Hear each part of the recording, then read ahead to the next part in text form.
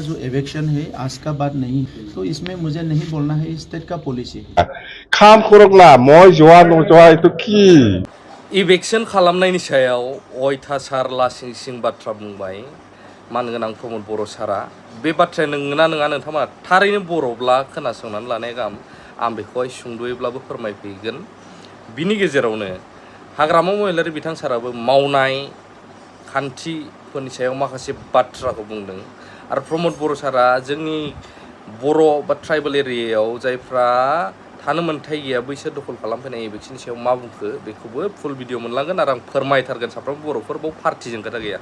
ইয়ার king মেকা শেখার নাই এক নাম্বার এবসলিউট বিহেভিয়ার করিব কিয়া কি কিং মেকা লাগে ইয়ার লগত কি কথা খাম খরক না ময় জৱা নজৱা তো কি হিসাব লৈ আছে হি জাম্বা এই প্রমোদ জাম্বা আমার তুমি কোট বাহিরের কন্ট্রাক্টর দেখিছে হি এই প্রমোদ আপনার ইউপিপিএল এমসিএল রিজাইন দিছে খেল আছে না নাই কাম কৰিব পৰা নাই হি একো কৰিব পৰা নাই দলটো ৰাখিব পৰা নাই আজ नोंथांमोना भिडिअखौ नुनो मोन्दों। दा बिनि गेजेरावनो प्रमद बर' सारा बुंदों जे बेवहाय गभर्नमेन्टआसो मिथिगौ, गावहा बेयाव बुंनो गोनां बाथ्रा गैया। आरो गभर्नमेन्टआथ' गावनि ना बिटिआरनि गाहाय नोङो चिफ मामा जायखौ जोङो सिएमअ भाषा मोनो, आसामनि चिफ मिनिस्टाराबो बुङो जे बिटिसि बा बिटिआर एरियानिया एविक्शन खालामनांगौ मानांगौ बेखौ बिटिसि बा बिटिआर गभर्नमेन्टआसो मिथिगौ।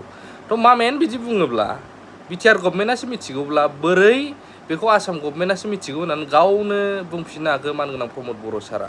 ना गावखौनो बेहा फोथायनाय गैया जे गाव जे सासे चिफ बे खुंगिरि गावनियाव जे माखासे माने नांगौ पावारफ्रा दं, बेनो दिनैसिमबो गावनि सायावहाय खुद सेल्फ बिलिफ गैया नामा बिथांनियाव?